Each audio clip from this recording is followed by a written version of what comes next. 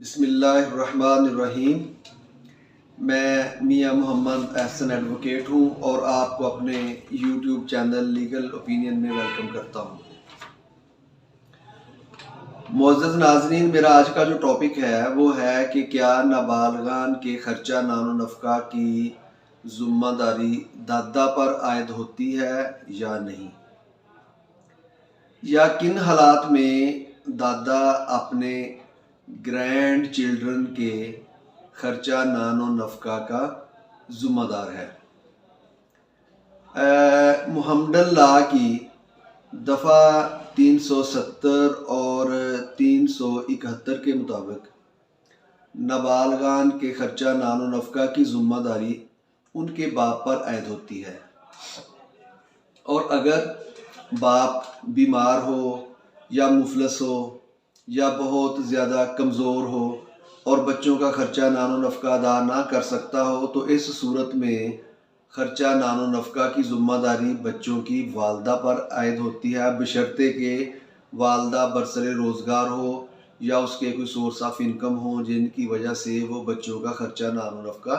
अदा कर सके। और अगर वालिद और वालदा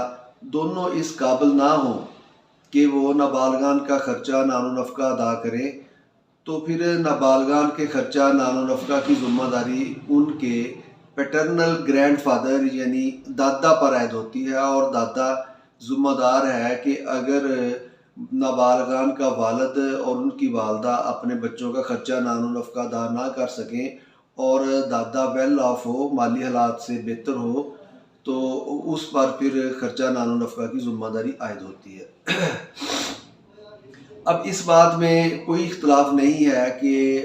दादा पर बच्चों के नाबालगान बच्चों के खर्चा नानो नफ़का की ज़िम्मेदारी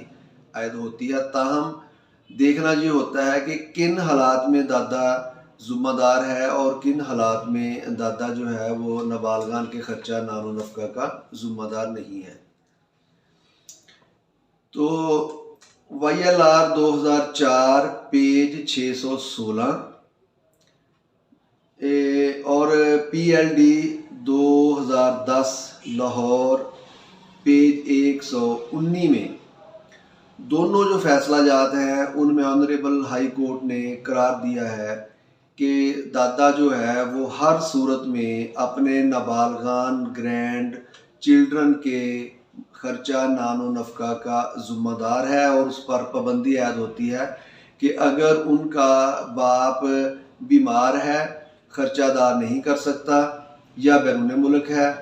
तब, या फिर अगर दानिस्ता तौर पर वो खर्चा नानो नफ़का अदा नहीं करना चाहता, रूपोश है, छुपा हुआ है, तो इन तमाम सूरतों में दादा जो है वो नाबालगान को खर्चा नानो नफ़का अदा करने का पाबंद है और ज़िम्मेदार है।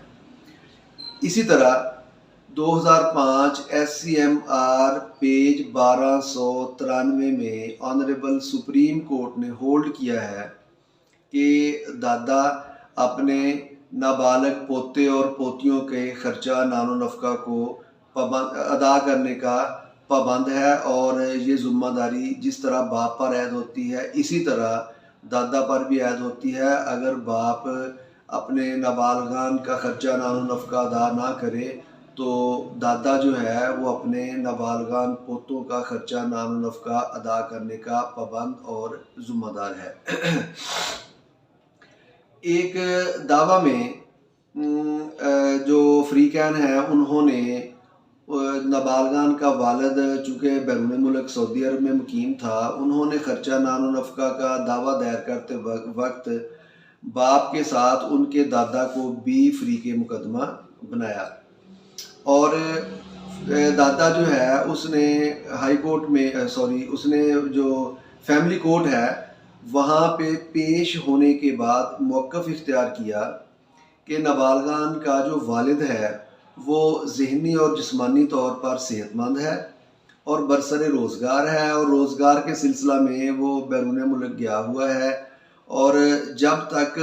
वालिद नाबालगान को खर्चा अदा करने के लिए इस तरह कासर ना हो कि वो बीमार हो या बरसरे रोज़गार ना हो या मुफलस हो, तब तक दादा पर कोई जिम्मेदारी आयद नहीं होती। लेकिन फैमिली कोर्ट ने उसकी जो प्ली है उसको नज़रअंदाज करते हुए फैसला सादर फरमाया कि दादा जो है वो चूँकि नाबालगान के वालिद का वालिद है, और अगर नाबालगान का वालिद अवेलेबल नहीं होगा तो और लंबा अरसा के लिए वो बैरून मुल्क चला जाए या कहीं रूह पोश हो जाए, तो फिर इसका मतलब ये नहीं है कि छोटे बच्चे जो हैं उनको कोई खर्चा नानो नफ़का अदा ही ना करे। इस तरह अदालत ने फैसला सादर फरमाते वक्त दादा को भी बाप के साथ ज़िम्मेदार गर्दाना और फैसला सादर फरमाया कि दादा जो है वो ना सिर्फ फाइनल खर्चा नानो नफ़का अदा करने का पाबंद है, बल्कि केस के दौरान जो होने वाला अबूरी खर्चा का हुक्म सादर होता है उसका भी दादा जिम्मेदार है। और इस फैसले को दादा ने डिस्ट्रिक्ट कोर्ट में चैलेंज किया, यानी उस फैसले के खिलाफ अपील की, और अपील में उसने यही मौक़िफ़ इख्तियार किया, लेकिन डिस्ट्रिक्ट कोर्ट ने दादा की अपील जो है उसको खारिज कर दिया। बाद दादा ने इन दोनों कोर्ट्स जो थी उनके फैसले को रिट पिटीशन में जो है वो लाहौर हाई कोर्ट में रिट पिटीशन फाइल कर दी, और लाहौर हाई कोर्ट ने फ्रीकैन का मौक़िफ़ सुनने के बाद करार दिया कि दोनों लोअर कोर्ट्स के जो फैसले हैं उसमें किसी तरह की कोई इलीगैलिटी नहीं है, और दादा जो है अगर बाप मौजूद नहीं है, बाप अगर खर्चा नानो नफ़का अपने बच्चों को नाबालगान को अदा नहीं करता, तो दादा जो है उस पर उसी तरह ज़िम्मेदारी आयद होती है जिस तरह नाबालगान के वालिद पर ज़िम्मेदारी आयद होती है। तो इस सूरत में दादा जो है वो इसी तरह पाबंद है जिस तरह बाप जो है वो अपने नाबालगान को खर्चा नानो नफ़का अदा करने का पाबंद और ज़िम्मेदार है। इसके साथ एक दीगर फैसला में एक जो है वो फैमिली कोर्ट ने फैसला इस तरह सादर फरमाया कि फ्रीकैन ने जो दावा दायर किया उसमें दादा को फ़रीक़े मुकदमा नहीं बनाया। वो दावा जो था वो सिर्फ बाप को फ़रीक़े मुकदमा बना के दावा दायर किया गया, और बाप के ख़िलाफ़ दावा डिग्री हुआ। बाप जो है उसने दावे को परसू किया, लेकिन दावा डिग्री होने के बाद वो खर्चा नानो नफ़का अदा करने से इनकारी हो गया।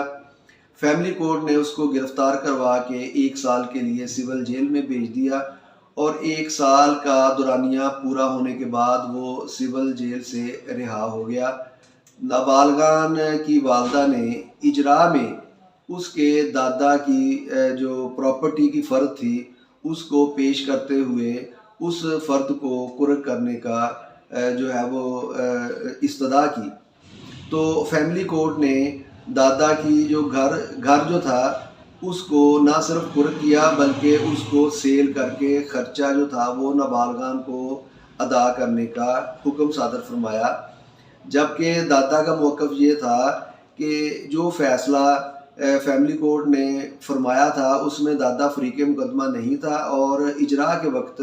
दादा के वारंट गिरफ्तारी या दादा की प्रॉपर्टी जो है उसको कुर्क नहीं किया जा सकता, क्योंकि जो फ़ैसला सादर फरमाया उस फैसले में दादा ना फ़रीक़े मुकदमा था, ना कोई अदालत का ऐसा ऑर्डर है जिसके तहत दादा पर कोई ज़िम्मेदारी आयद होती है। लिहाजा फैमिली कोर्ट की जो उन्होंने जो एग्जीक्यूशन की है वो इलीगल है, और दादा जो है वो इस तरह पाबंद नहीं है कि जब वो फ़रीक़े मुकदमा ही ना हो और जब उसके ख़िलाफ़ कोई ऑर्डर सफ़ाई मिसल पर मौजूद ना हो तो उसकी प्रॉपर्टी को कुर्क नहीं किया जा सकता। उसने फ़ैसले के ख़िलाफ़ रिट पिटीशन फ़ाइल की, और ऑनरेबल लाहौर हाई कोर्ट ने अपने PLD 2012 पेज 148 यानी 148 में इस मामले को डिस्कस करते हुए हुक्म सादर फरमाया कि अगर वालिदैन में से वालदा जो है वो इस अहल ना हो कि बच्चों का खर्चा नानो नफ़का अदा करे, और बाप जो है वो दानिस्ता तौर पे खर्चा अदा ना करना चाहता हो, वो मफरूर हो, कहीं छुपा हुआ हो, या फिर दानिस्ता तौर पर उससे जो है वो खर्चा नानो नफ़का ना लिया जा सके, तो दादा जो है वो इसका पाबंद होता है। खा उसको दावा में फ़रीक़े मुक़दमा बनाया गया हो या ना बनाया गया हो, और बाप अगर बच्चों का ख़र्चा नानो नफ़का अदा नहीं करता तो नाबालगान को अनअटेंटेड और मर्सीलेस नहीं छोड़ा जा सकता। और इस तरह ऑनरेबल हाई कोर्ट ने हुक्म सादर फरमाया कि बाप जो है उसकी जगह पर दादा उतना ही ज़िम्मेदार है जितना बाप ज़िम्मेदार है, खा उसको दावा में फ़रीक़े मुक़दमा बनाया गया हो या ना बनाया गया हो। तो इससे ये बात साबित हुई कि अगर बाप के ख़िलाफ़ कोई ख़र्चा नानो नफ़का का दावा डिग्री होता है और उसके बाद वो ख़र्चा अदा नहीं करता, तो एग्जीक्यूशन कोर्ट जो है वो उस दादा के वारंट गिरफ़्तारी जारी कर सकती है, उसको गिरफ़्तार करवा सकती है, उसकी प्रॉपर्टी जो है उसको अटैच किया जा सकता है, उसको सील किया जा सकता है, और नाबालगान का ख़र्चा नानो नफ़का जो है वो दिलवाया जा सकता है। मेरा ख़्याल है इस टॉपिक की समझ आ गई होगी, और अगर इस आज के टॉपिक की बाबत आपका कोई क्वेश्चन है तो वो नीचे दिए गए कमेंट सेक्शन में आप कमेंट भेजकर उसको क्लियर कर सकते हैं। आपका वीडियो देखने का बहुत शुक्रिया। अल्लाह ताला मेरा और आपका हामी व नासिर हो। वस्सलाम।